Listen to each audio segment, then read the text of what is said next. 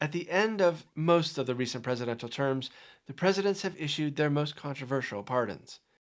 I thought that might happen again, so I planned on counting down the top 10 most controversial pardons at the end of President Biden's term. But he beat me to the punch and pardoned his son Hunter on December 1st.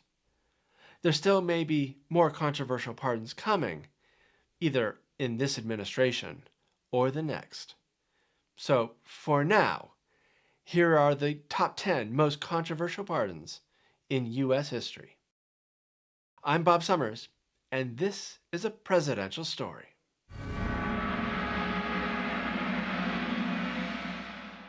The idea that government rulers can provide methods of mercy to their citizens or subjects dates back over 2,000 years to the times of the ancient Greeks and Romans.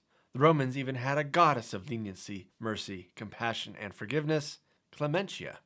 Since the U.S. legal framework is rooted in that of the British, it isn't surprising that the president's pardon powers also originate from that British tradition. The idea of a king's prerogative of mercy first appeared during the 7th century reign of King Ine of Wessex to withdraw or provide alternatives to death sentences. By 1535, during the reign of King Henry VIII, Parliament declared the prerogative of mercy as a right exclusive to the crown. Prior to the American Revolution, the king's pardon authority applied in the American colonies through delegation to colonial authorities. During the Constitutional Convention, Alexander Hamilton included a pardon power vested in a president that could be exercised over all offenses except treason, with a pardon for treason requiring Senate approval. Edmund Randolph and George Mason fought for the treason exception, arguing that to allow the president to pardon treason was too great a trust, since the president may be the person guilty of treason, or that pardoned traitors may have carried out the treason on behalf of the president who granted the pardon. James Wilson, known by scholars as the principal architect of the executive branch, counter-argued that if the president were involved in treason, he would be impeached. So treason was voted out, and impeachment became the only exception to the president's pardon powers. Another proposal would make pardons available only after conviction. James Wilson wanted to preserve the ability to secure accomplice testimony through pardons. This post-conviction proposal was also defeated. There was also debate about Senate consent for all pardons. In the Federalist No. 74, Alexander Hamilton asserted that locating the power solely with the president would be more beneficial, as a single person would more quickly, decisively, and with compassion dispense the mercy of the government than a group who might persuade each other for political reasons. In the logic of the Founding Fathers, sometimes enforcing the law would have worse consequences than forgiving the guilty. The proposal for Senate oversight was defeated as well. The end result appears in Article 2, Section 2, Clause 1 of the U.S. Constitution. The President shall have power to grant reprieves and pardons for offenses against the United States. That means only for federal crimes, except in cases of impeachment. The U.S. Supreme Court has interpreted the provision to include the power to grant pardons, conditional pardons, commutations of sentence, remissions of fines, and amnesties. In general, a pardon wipes away a conviction as if it never happened. A commutation means the conviction stands, but the time served is reduced or eliminated. For convenience, I may use the term pardons as an umbrella term for both. Pardons can be issued by the president at any time, but recently, many of the most controversial pardons have been issued within the last month of a president's term. These are my top 10 most controversial pardons, and for the record, I am not saying these pardons are right or wrong, just that they are controversial. At number 10 are the first pardons ever issued when President George Washington pardoned 2 men for their treasonous role in the Whiskey Rebellion, Philip Vigil and John Mitchell. In 1791, the new Washington administration imposed an excise tax on distilled spirits manufactured in the United States. This led to protests in areas where alcohol production was the primary source of income. By 1794, an armed resistance in western Pennsylvania turned violent. Washington saw this as a direct challenge to federal authority. He personally led 13,000 troops into Pennsylvania to suppress the insurrection. Several participants were arrested, but only Philip Vigil and John Mitchell were convicted of treason. In 1795, Washington pardoned them. He reasoned that their action did not warrant execution, and their executions would only further inflame tensions in the region. According to Washington, the misled have abandoned their errors. The controversy of the pardons at the time was subtle. As national politics started to split viewpoints and identify with parties, Federalists like Alexander Hamilton viewed the rebellion as a serious challenge to federal authority and thought harsh punishment would discourage others from attempting anything similar. But he also thought the act of pardoning Vigil and Mitchell was in itself a strong showing of executive authority. On the other hand, Democratic Republicans led by Thomas Jefferson sympathized with the frontier farmers' grievances. He welcomed the pardons, but criticized the government's use of military force in the first place. He thought the pardons set a dangerous precedent for government overreach. From Washington's perspective, he wanted a balance between strength and compassion.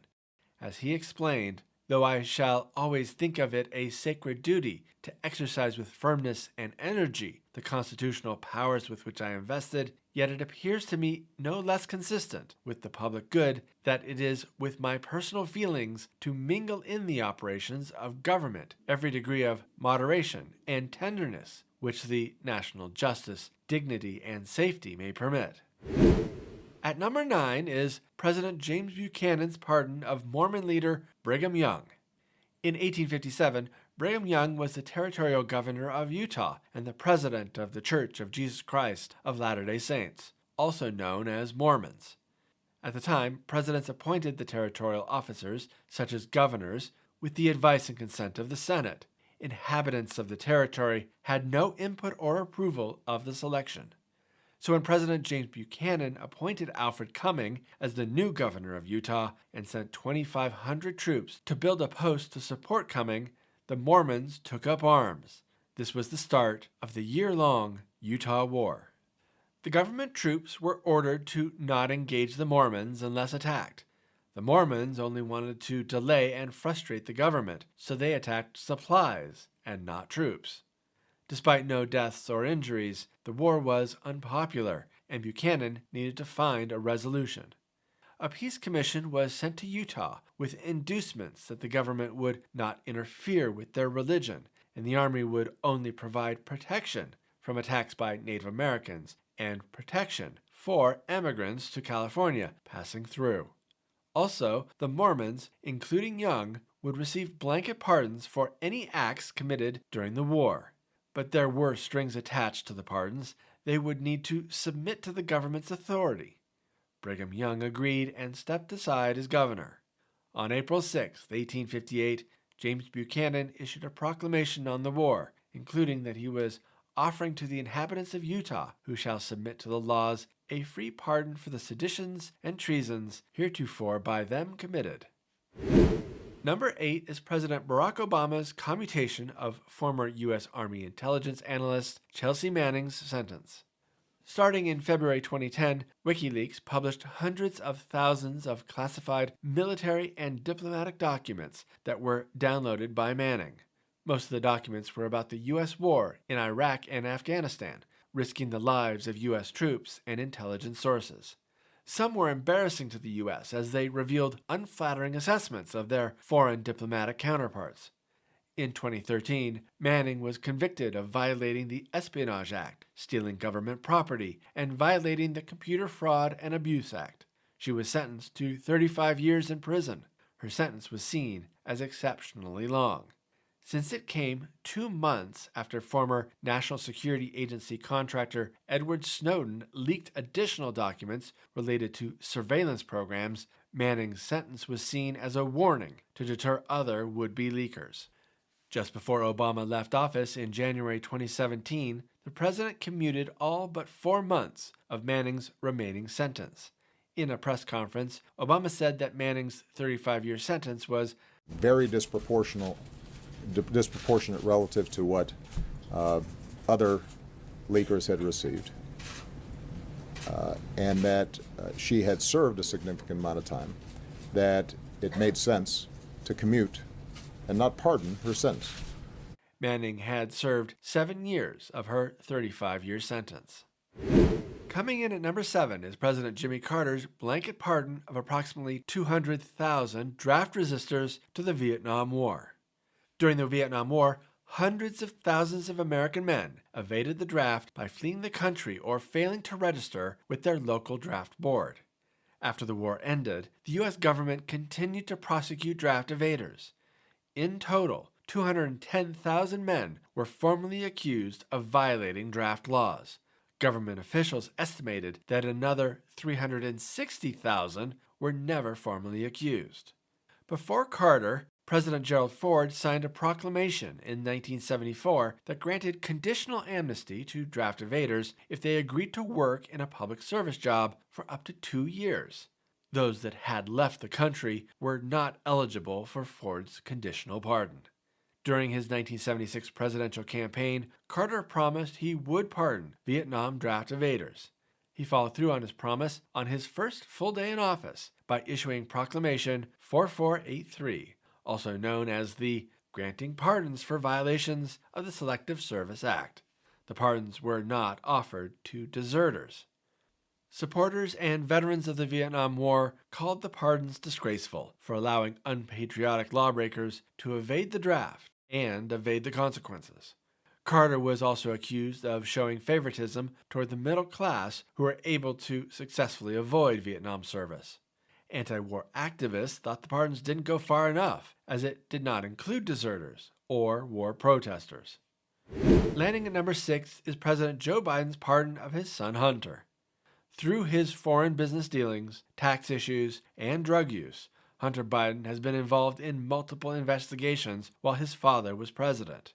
In June 2024, Hunter was found guilty on 3 federal felony gun violations, becoming the first child of a president to be criminally convicted. His sentencing was scheduled for that December.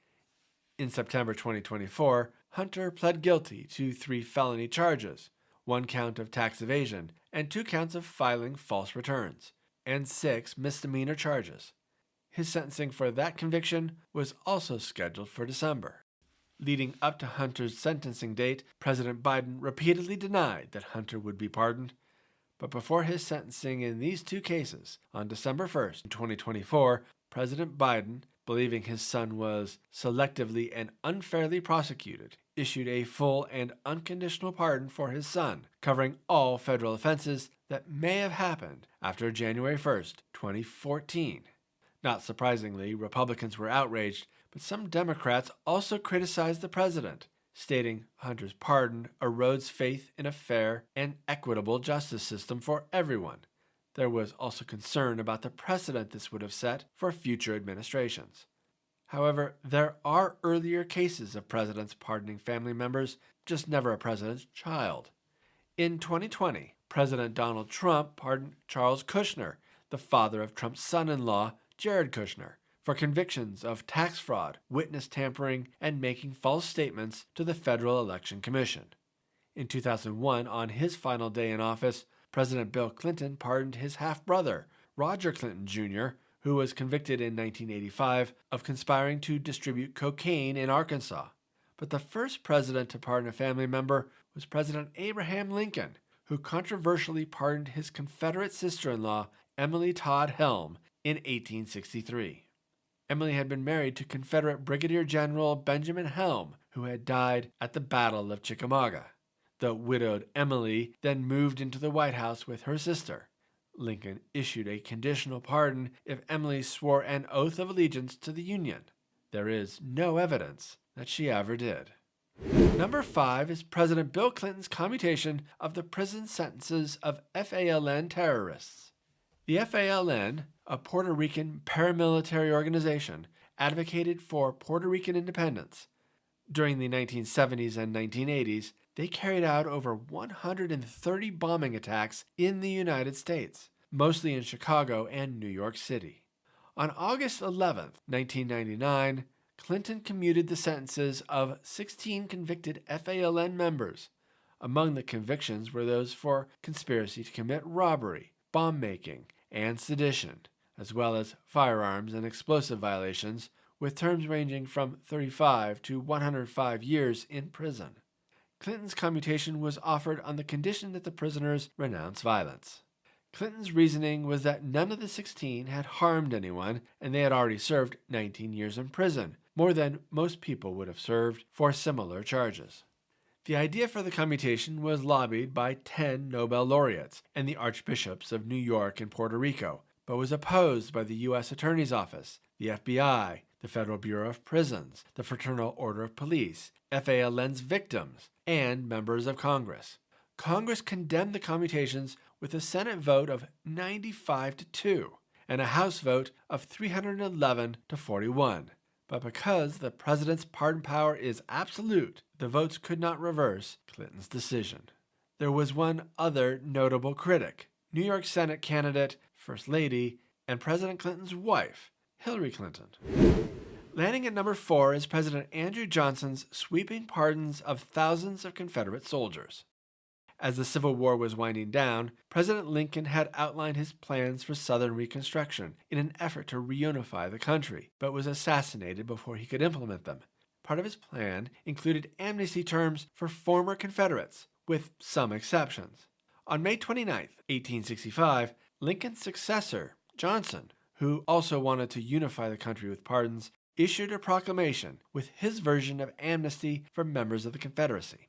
Like Lincoln's pardon plan, the pardon was conditional on a pledge of allegiance to the United States government. The petitioner also had to free any slaves he owned.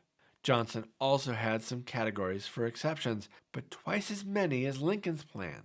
These exceptions included soldiers who had attended the United States military and Navy academies, former Confederate governors and other officials, high-ranking officers, and participants in the rebellion who had property value at more than $20,000, or $400,000 today. These individuals could still seek amnesty, but had to file a petition directly to the president. Over 13,000 men applied and received pardons directly from Johnson. Senator Charles Sumner, a radical Republican from Massachusetts, articulated the Northern disgust when he warned that it was imperative to secure by counsel what was won by war. Failure now will make the war itself a failure. Surrender now will undo all our victories. The pardon led to congressional resistance from radical Republicans, making it impossible for Johnson to pass any of his Reconstruction measures, and was one of the reasons for his impeachment trial. On Christmas Day, 1868, Johnson removed any pardon exceptions when he declared unconditionally and without reservation a full pardon and amnesty for the offense of treason against the United States or of adhering to their enemies during the late Civil War, with restoration of all rights, privileges, and immunities under the Constitution. Number 3 on the list is President George H.W. Bush's pardon of former Secretary of Defense Caspar Weinberger and 5 others in association with the Iran-Contra affair. During his second term, President Ronald Reagan's administration sought to secure the release of American hostages held in Lebanon by Iranian-backed groups by secretly facilitating the sale of arms to Iran despite a congressional ban on U.S. military assistance. With the sale proceeds, the administration planned to fund the Contras, a rebel group fighting the Sandinista government in Nicaragua, funding that Congress had already voted against. Once news of the transactions became public knowledge in 1986 and investigations conducted, the cover-up began as lies were told and documents were destroyed. There were, and still are, questions about Reagan's role in the operation, called the Enterprise. Publicly, Reagan held a nationally televised address from the Oval Office and took full responsibility for the actions of his administration. After previously having denied trading arms for hostages, he also admitted that what began as a strategic opening to Iran deteriorated in its implementation into trading arms for hostages. In total, 13 people were indicted for charges ranging from withholding evidence, obstruction of justice, perjury, and a few more serious charges. Not since Watergate had so many high-ranking members of an administration been indicted for serious crimes. These indictments included Caspar Weinberger, Reagan's former Secretary of Defense, Elliott Abrams, the former Assistant Secretary of State for Inter-American Affairs, Robert C. McFarlane, former National Security Advisor, and several senior CIA and national security officials. On December 24, 1992, after having been defeated for re-election, Reagan's former Vice President, George H.W. Bush, pardoned 5 administration officials already convicted. He also pardoned Reagan's Secretary of Defense, Caspar Weinberger, who was still awaiting trial. Bush had publicly insisted he knew little about the operation, but in a 1986 excerpt from his diary, he wrote, "On the news at this time is the question of the hostages. I'm one of the few people who know fully the details, and there is a lot of flack and misinformation out there. It is not a subject we can talk about." In response to these Bush pardons, independent counsel Lawrence E. Walsh, who headed the investigation of Reagan's administration officials' criminal conduct in the Iran-Contra scandal, stated that the Iran-Contra cover-up, which has continued for more than 6 years, has now been completed. Walsh also noted that in issuing the pardons, Bush may have preempted his own implication in the crimes of Iran-Contra by evidence that was to come to light during the Weinberger trial. Number 2 on the list is President Gerald Ford's pardon of his predecessor, President Richard Nixon, the only president to receive a pardon. In 1972, members of a group associated with Nixon's re-election campaign broke into and planted listening devices in the Democratic National Committee headquarters located in the Watergate office building in Washington, D.C. As the press and investigators followed the money, they found a connection to the Committee for the Re-election of the President, Nixon's campaign fundraising arm. Although Nixon was not involved in the plan, Nixon tried to stop the FBI investigation. Once it was discovered that Nixon used a tape recording system in the Oval Office, the tapes were subpoenaed. The smoking gun tape proved Nixon's involvement in the Watergate cover-up. Nixon faced impeachment articles for obstruction of justice, abuse of power, and contempt of Congress. To avoid his inevitable impeachment, Nixon resigned on August 9, 1974. Less than 1 month later, on September 8, 1974, Nixon's vice president and now president, Gerald Ford, issued a full and unconditional pardon of Nixon for crimes he had committed or may have committed or taken part in as president. Ford's action is said to be the first preemptive pardon since Nixon had not been indicted, although charges were expected to be filed. At a time when the public saw the government as corrupt, Ford's pardon only inflamed those beliefs. Pardon critics claimed a corrupt bargain between Nixon and Ford. Ford would become president in exchange for Nixon's pardon. This led to Ford being called to testify before the House Judiciary Committee in October, the first sitting president to testify before the House of Representatives since Abraham Lincoln. In his testimony, Ford explained his decision. I was absolutely convinced then, as I am now, that if we had had this series, an indictment, a trial, a conviction, and anything else that transpired after that, that the attention of the President, the Congress, and the American people would have been diverted from the problems that we have to solve. And that was the principal reason for my granting of the pardon. Ford's pardon of Nixon is thought to have contributed to his re-election loss in 1976. In the number 1 spot is President Bill Clinton's pardon of Marc Rich.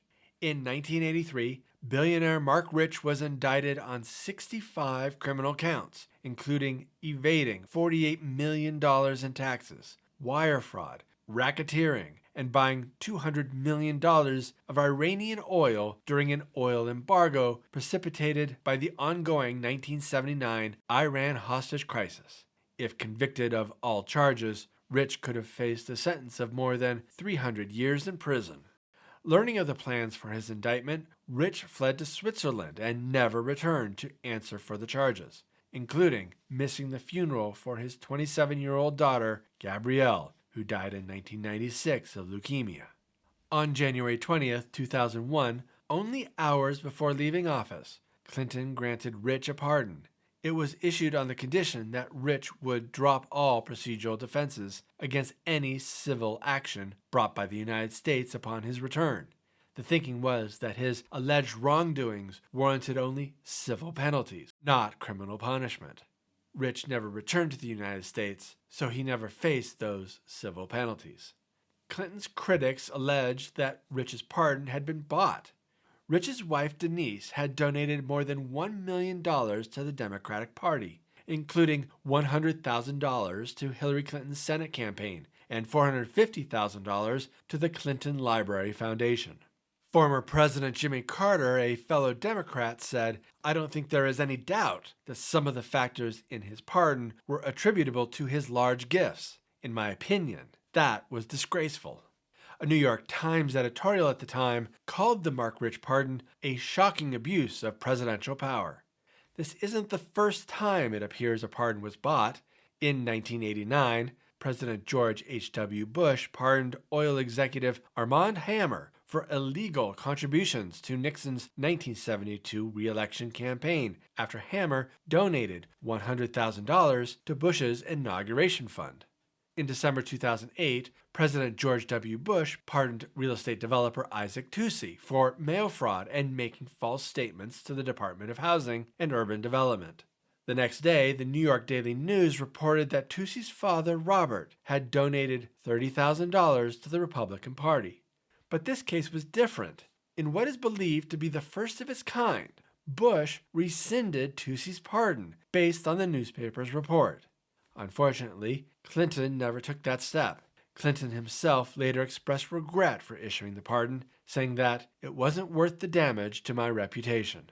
For now, the president's clemency power is absolute, but there are legal questions that are still open to interpretation. Can pardons be issued in cases involving obstruction of an impeachment? Can pardons be issued in secret? And can a president pardon themselves? The courts could try to answer these questions, but the U.S. Constitution grants very broad pardon powers. The only way to really close these loopholes, provide fair justice, and minimize these controversies in the future would be to pass a constitutional amendment. The first step would be for Congress to pass a resolution. In each Congress since 2017, a House Joint Resolution has been introduced titled Proposing an Amendment to the Constitution of the United States, Limiting the Pardon Power of the President. In each Congress, the resolution was referred to the Subcommittee on the Constitution, Civil Rights, and Civil Liberties. In the most recent 118th Congress, the bill is H.J. Res. 77. I've included a link in the description. The resolution reads, "The President shall not have the power to grant pardons and reprieves to 1. Himself or herself. 2. Any family member up to a third-degree relation of the President or a spouse thereof. 3. Any current or former member of the President's administration. 4.